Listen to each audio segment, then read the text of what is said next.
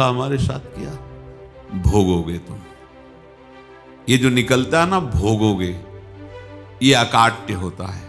क्योंकि किसी का भी हृदय, मान लो किसी भी जीव जंतु को आप कष्ट दें और उसका हृदय आह भर जाए, तो वो आह वज्र की लीक है, तुम्हें भोगना पड़ेगा। वो आह किसी की ना लेना जिंदगी। कोई ऐसा कोई आह भर करके कह दिया तुम समर्थ हो, हम तो कुछ कर नहीं सकते, और अंदर से दुख, फिर तुम्हारी सामर्थ्य काम नहीं करेगी, मिट्टी में मिला देगी। ऐसा नहीं कि आप जो कर रहे हैं कोई देख नहीं रहा, कोई हिसाब किताब नहीं, जो कर रहे हैं अवश्य में भोक्तव्यम, बहुत सावधान।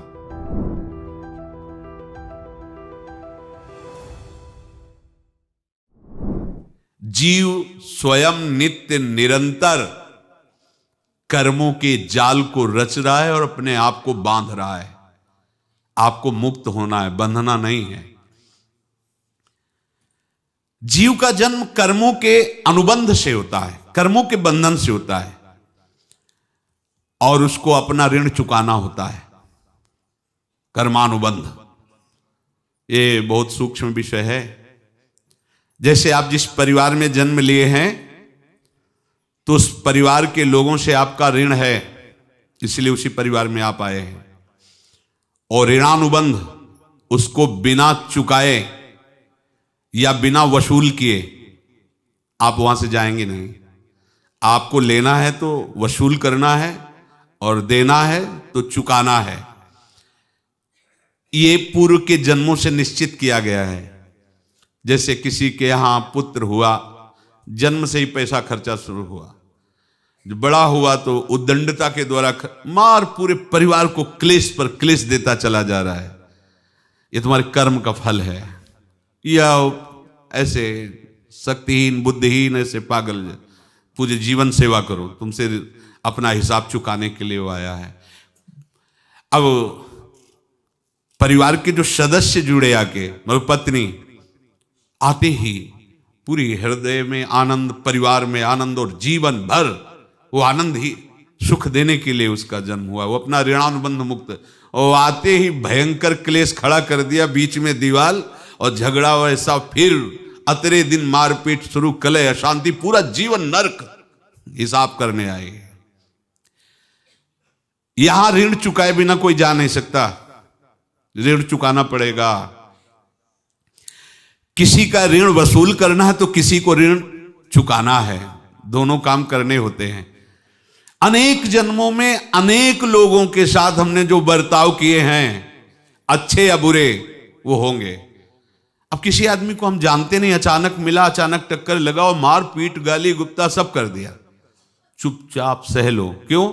ये आपका हिसाब है, पूर्व का हिसाब। हमारा उससे कोई द्वेष नहीं, कोई संकल्प नहीं। अचानक घटना घटी और हमसे द्वेष करने लगा, हमें पीटने लगा, हमें गालियां दे, ये हिसाब है, चुपचाप सह जाओ। अपने घर का भाई ही भारी दुश्मन बन गया और क्लेश दे, हिसाब है। एक प्रभुदत्त ब्रह्मचारी जी की वाणी में पढ़ा था, एक महात्मा जी भ्रमण करते थे, तो उस समय असरफियां चलती थी, मोहरे असरफियां, तो उनको भेंट में देते लोग। तो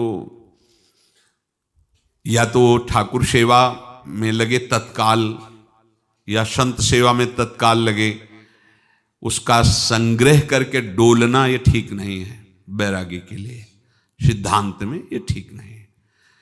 तो जब 2, 4, 6, 8 ऐसे मोहरे हुई, तो उन्होंने विचार किया कि और भ्रमण करके जब काफी मोहरे हो जाएंगी तो प्रयागराज में जब कुंभ पड़ता है, एक बार पूरे सब अखाड़े के संतों को, अलग अलग संप्रदाय सब संतों को बुलाएंगे और सबको पुआएंगे। अब साधु है तो यही विचार करेगा, और क्या विचार करेगा। तो उन्होंने ऐसे डंडा बनवाया, बेंत, जो ऊपर से चूड़ीदार और भीतर पोला, और मोहरे उसमें डालते गए। और भ्रमण, जहां जहां श्रद्धालु भगत थे सबके यहां जाना और इच्छा रखना कि एक मोहर तो दे दे दक्षिणा में। कामना कोई भी हो वो बांधती ही है, ध्यान रखना।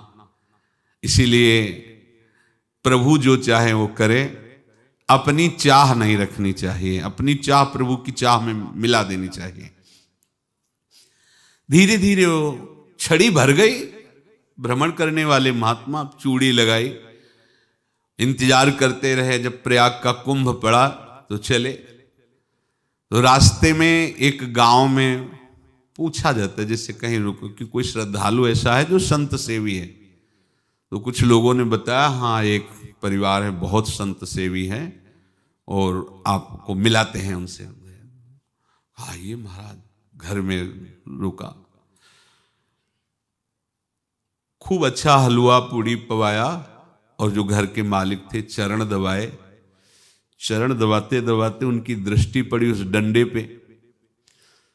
इतना मोटा और ऊपर से कुछ चूड़ी सी भी नजर आ रही, इस डंडे में तो कोई रहस्य है ही है। अब